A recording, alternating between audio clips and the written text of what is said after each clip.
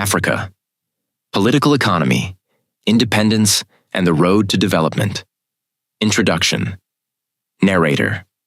Africa, home to more than 1.4 billion people, 54 nations, and centuries of economic transformation.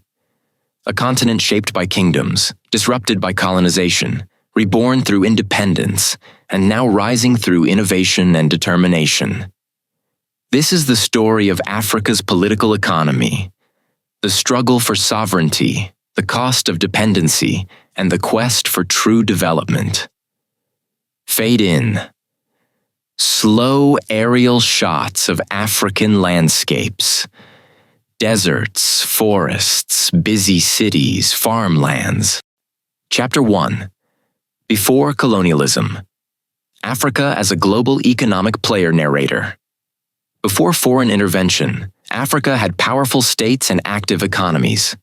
Empires like Mali, Songhai, Ethiopia, Benin, Egypt, Ashanti, and Great Zimbabwe were centers of trade, diplomacy, and technological innovation. Visuals. Timbuktu manuscripts. Gold trade routes. Ancient cities and markets. Narrator. Africa was not isolated. It was connected to the world, from the Mediterranean to the Indian Ocean. Moving gold, ivory, salt, textiles, and knowledge. Chapter 2. Colonial economies. Extraction and control. The late 19th century brought new forces, European colonial powers competing to control Africa's land and resources. They agreed to share and make Africa pieces and put borders Berlin Conference map lines dividing Africa. Colonial economies were built not for Africans, but for the prosperity of Europe. Infrastructure, railways, roads, ports, was designed to transport raw materials like minerals, rubber, cocoa, cotton, and coffee out of the continent. Expert interview, actor. The political economy of colonialism created dependency. African nations exported raw materials and imported finished goods. This imbalance shaped economic weaknesses still felt today. Chapter 3. The rise of nationalism and the fight for independence.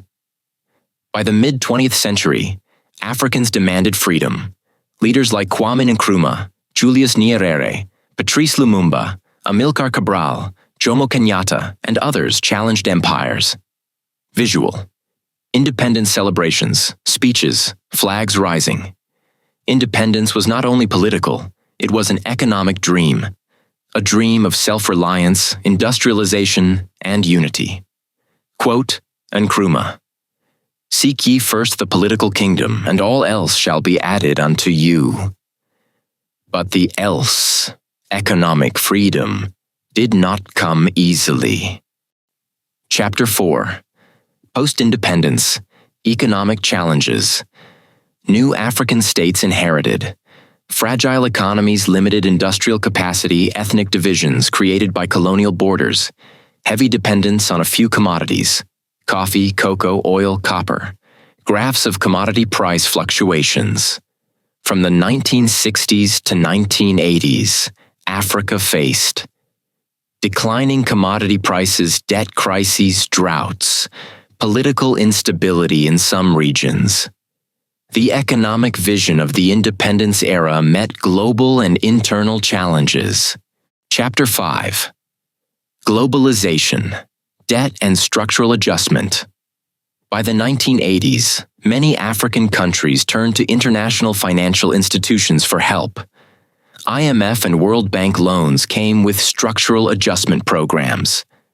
Privatization, currency, devaluation, removal of subsidies, reduction of government spending. These policies aimed to stabilize economies, but in many cases, they reduced social services and slowed local industrial growth. Visual. Empty factories, reduced school funding, protests. Chapter 6. Africa's Turning Point, 2000s Present. The 21st century brought new hope. Africa began to rise through mobile technology, telecommunications, new infrastructure, agriculture, modernization, regional integration, ECOWAS, EAC, AFCFTA, a young entrepreneurial population, scenes from Kigali, Nairobi, Lagos, Johannesburg, Accra, tech hubs, markets, solar farms. The African Continental Free Trade Area, AFCFTA, is the largest free trade area in the world by number of countries. Its goal: reduce barriers and allow Africa to trade with itself, not only with the world. Chapter 6. Africa's Turning Point, 2000s Present. The 21st century brought new hope. Africa began to rise through mobile technology, telecommunications, new infrastructure, agriculture, modernization, regional integration, ECOWAS, EAC, AFCFTA, a young entrepreneurial population, scenes from Kigali, Nairobi, Lagos, Johannesburg, Accra, tech hubs, markets, solar farms. The African Continental Free Trade Area, AFCFTA, is the largest free trade area in the world by number of countries. Its goal: reduce barriers and allow Africa to trade with itself, not only with the world. Chapter 7. The Political Economy of Today's Africa. The continent now faces complex questions: how to industrialize sustainably, how to add value to minerals instead of exporting them raw, how to strengthen institutions and governance, how to reduce youth unemployment, how to adapt to climate change. Africa's political economy is no longer defined by external forces alone. It is shaped by African innovation, leadership, and continental cooperation. Chapter 8. The Future. Africa's Path to Economic Transformation. Experts predict Africa could become the world's fastest-growing region by 2050. If it expands manufacturing, invests in education and technology, strengthens local markets, builds renewable energy, accelerates intra-African trade, empowers women and youth, ensures peace and stable governance. Youth coding labs, renewable energy projects, modern railways, universities, factories. Final message. Africa's story is not one of poverty, but of potential. Not a continent waiting to be rescued, but one rising with confidence and creativity.